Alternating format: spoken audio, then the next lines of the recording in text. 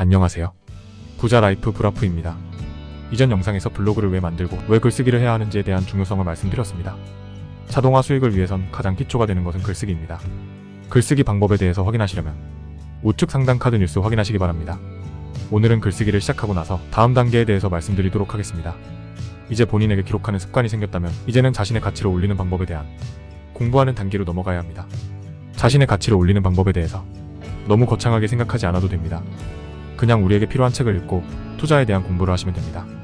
오늘은 나의 가치를 올리기 위해서 첫 번째로 해야 될 책을 어떻게 고르고 어떻게 읽을 것인지 말씀드리겠습니다. 많은 꿀팁들이 있으니 영상 끝까지 시청해 주시기 바랍니다.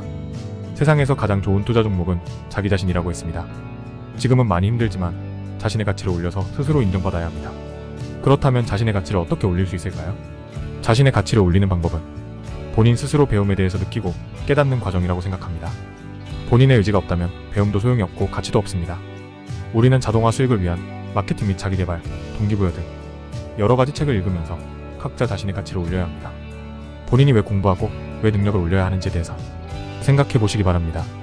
스스로 노력해서 지금의 삶이 아닌 경제적, 시간적 자유를 얻기 위해서 자신의 능력을 올려야 합니다.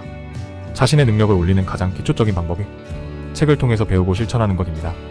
처음엔 어떤 책을 봐야 하는지 잘 모릅니다. 일단은 책을 많이 읽지 않았다면 책을 고르는데 많은 어려움이 생기게 됩니다. 어떤 게 좋은지, 나에게 맞는 게 어떤 건지 등 처음엔 고르기가 쉽지 않습니다.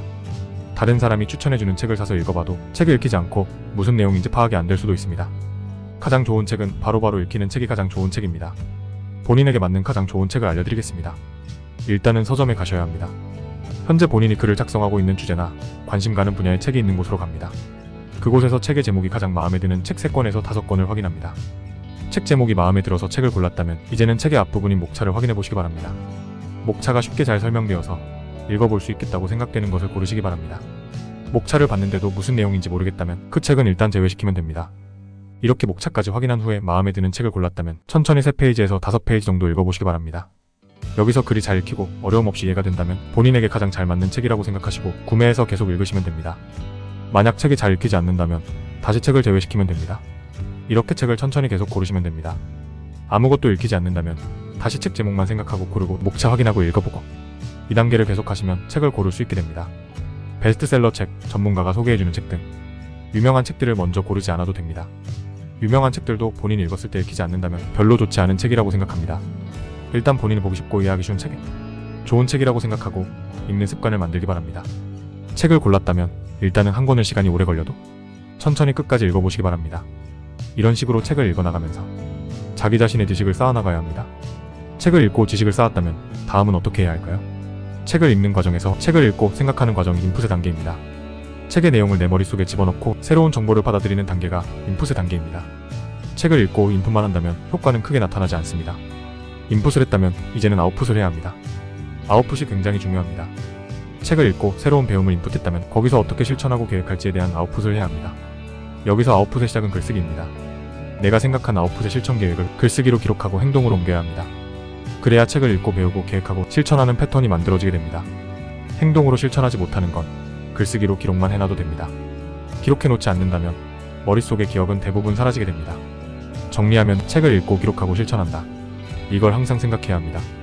처음엔 책 고르기부터 힘듭니다. 쉬운 책부터 보면서 지식을 쌓게 되면 기본 배경 지식이 쌓이게 되면서 다른 책들도 편하게 읽히는 날이 분명히 온다고 생각합니다. 꾸준히만 하면 됩니다.